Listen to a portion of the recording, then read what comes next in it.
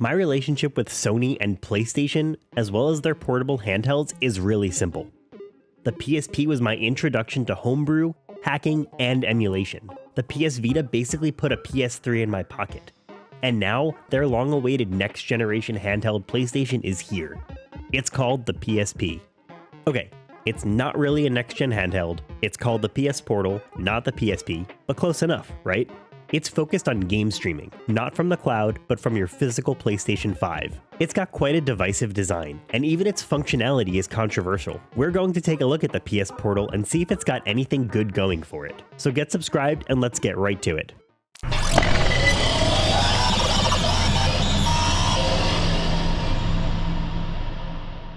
This video is sponsored by Ugreen.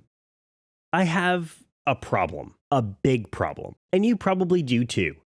I have a charger for everything. One for my MacBook, one for my iPad, one for my Steam Deck, one for my Asus ROG Ally, one for my iPad mini, one for my iPad Pro, one for my Apple Watch, one for my iAneo Air, one for my iAneo Peak. I could get one of those bricks with multiple ports, but they're big and bulky and... Oh wait, they're not big and bulky?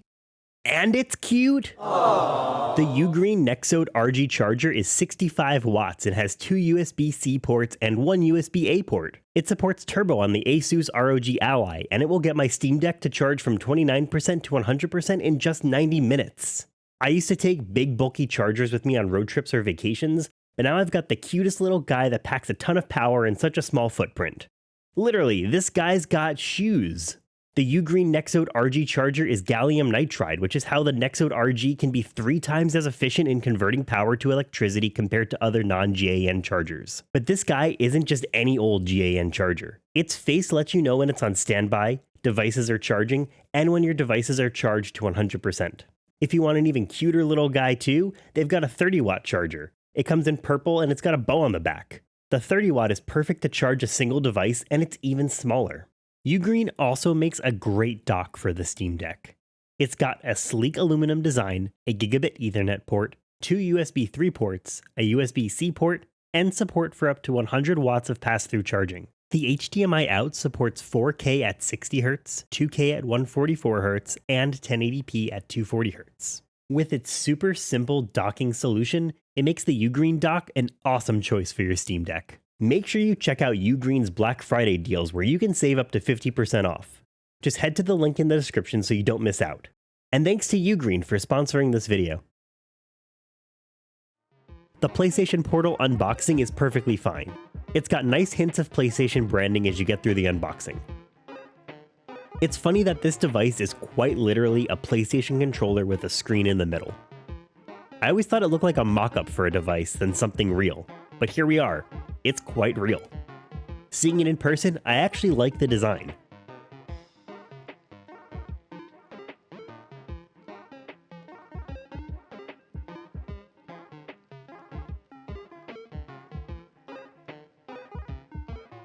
It is way larger than I was anticipating though. It's literally the size of a Steam Deck. The hardware on the Portal is pretty straightforward. It's got Wi-Fi, an 8-inch 1080p touchscreen at 60Hz refresh rate, it charges through USB-C, and has a headphone jack. That's it. No Bluetooth, no real operating system. If you want wireless audio alongside your PlayStation Portal, you'll need to pick up Sony's new proprietary buds or headphones that use a new wireless protocol called PlayStation Link. Are you a PS Plus Plus premium subscriber with cloud streaming games? You can't play those while remoting in. They must be local PlayStation 5 games. Are your games mostly physical games? Well, you need the disc in your PlayStation 5 to play the game remotely, so I hope the game that's in your PS5 is the one you wanted to play. The controls of the device do feel amazing though. It is literally a PlayStation 5 controller with slightly smaller analog sticks. The D-pad feels just like you'd expect. Same with the X, O, square, and circle buttons. We've got the start and share keys here as well. The PlayStation Portal does feature the same adaptive triggers as a real PS5 controller, which I think is the main selling point here. In single-player experiences, I think the adaptive triggers is a great way to feel immersed in an experience. The smaller analog sticks don't feel like a downgrade either. When using the PS Portal, you don't ever feel like you're using a compromised controller in any way. Just like a PlayStation 5 controller, we've got all the buttons including a PlayStation button and a mute button. We don't have a dedicated touchpad, but we can use the bottom right area or the bottom left area of the touchscreen for the touchpad area. When you turn the device on, it does have a short setup wizard to get you connected to Wi-Fi and quickly get signed into your PlayStation Network account. You then need to wait about 10 to 20 minutes to download and install updates.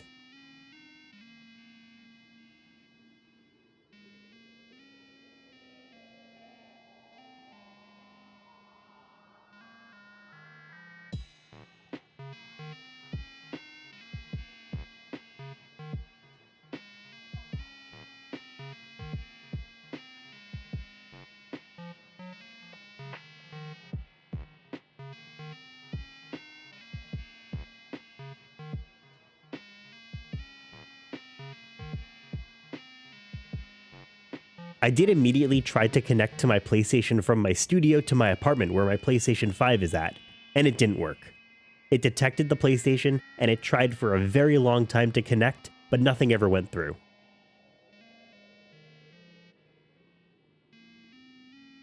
This wasn't unique to the Portal though. I also tried this on the PS Remote app on iOS, and that also failed to connect. There's not much of an interface on the PS Portal.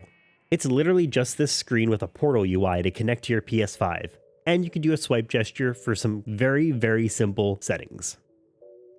One thing to note is that there's apparently no web browser on the Portal at all.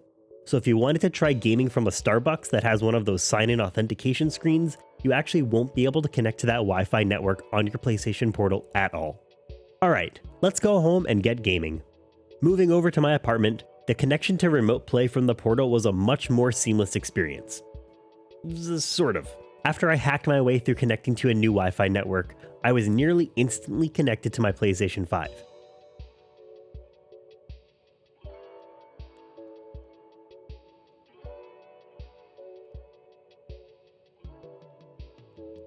Except nothing worked. I couldn't control my PlayStation 5 from the Portal at all. Eventually, I just reset the Portal and it worked more seamlessly from there. I will also point out that I did specifically try remote play with my PS5 connected to Wi-Fi. We can assume an Ethernet connection will be preferred, but this should be a perfectly fair test.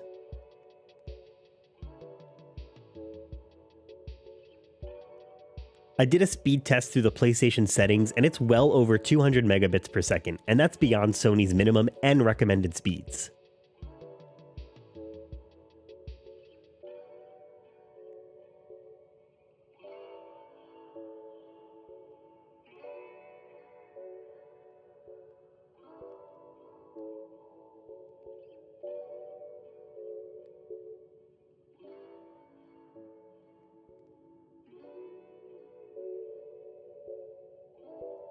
As soon as I got everything connected and working, I jumped right into Spider-Man 2. As a first impressions, it was awesome. It connected seamlessly and there didn't seem to be any quality dips or lag at all. But that really quickly changed. If I wasn't being hit with bit crush or freezes, there were annoying audio stutters that just really broke any in-game immersion you might have been feeling. The lag and freezes is most obvious when we're going through the DualSense tutorial in Astro's Playroom. When I'm going through the adaptive triggers tutorial, there's some more graphically intensive sparks flying from the controller, and there's a clear decent amount of lag between the Portal and the actual PlayStation. When the Portal works, it really does look and feel great. Despite the screen not being an OLED, it still looks insanely bright and vibrant. It's just those skips, lags, and audio stutters that just really kill the mood. For some people, this could potentially be tolerable during single-player experiences. But when we move over to something like Call of Duty and play some zombies, it becomes more apparent that for some reason, PlayStation 5 Remote Play, even on a Sony-made device, is just not an optimal experience. Precision matters in a game like this, and those momentary freezes make something fast-paced like zombies feel like I'm trying to play a new game on a very old computer. It seems like the PlayStation Portal chooses freezes and audio stutters over reducing quality, and there's no way for you as a user to choose what aspects of streaming to optimize, so you kind of just get this mess of an experience. I think the hardest selling point about the PlayStation Portal is that there are other options out there. Backbone is literally a Sony officially supported controller attachment for your phone, so why would you choose the $200 PS Portal when you can spend 50% of that price and use a device you probably already have in your pocket? Now that the iPhone 15 has USB-C, you don't even need to buy a Lightning compatible controller anymore. This Backbone was for Android and it works perfectly good on the iPhone too. Is the controller experience as good as a PS5? No. The PS Portal has the capabilities of the PS5 controller going for it, but all of the base features are there for a good enough experience on the Backbone. The PlayStation Remote app works just as seamlessly as the PS Portal when you're on your home network, but it also has all of the same downsides. Occasional lag, occasional skips, quality drops during more graphically intensive moments. You don't even need a Backbone controller.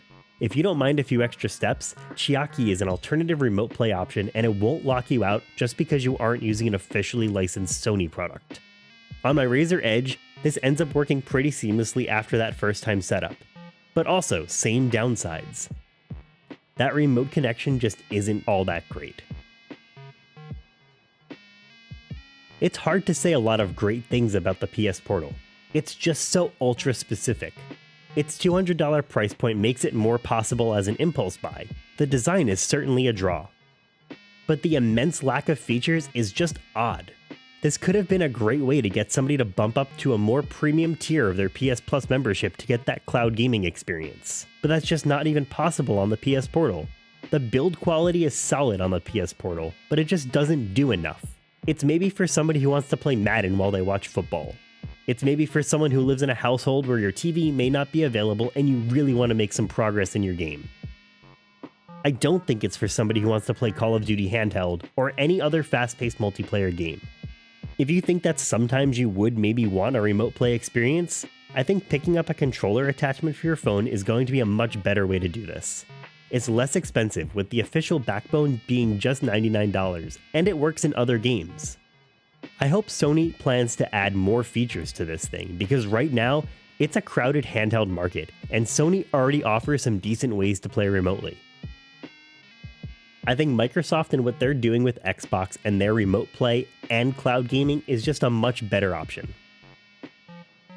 If you are interested in the PS Portal, it's actually selling out pretty quick, but I've got an Amazon link in case you're interested. But let me know what your thoughts are down in the comments. Is the PS Portal something you're picking up? Is there something Sony can do to make the PS Portal more enticing for you? Make sure you're subscribed so you don't miss future videos, and thanks for watching.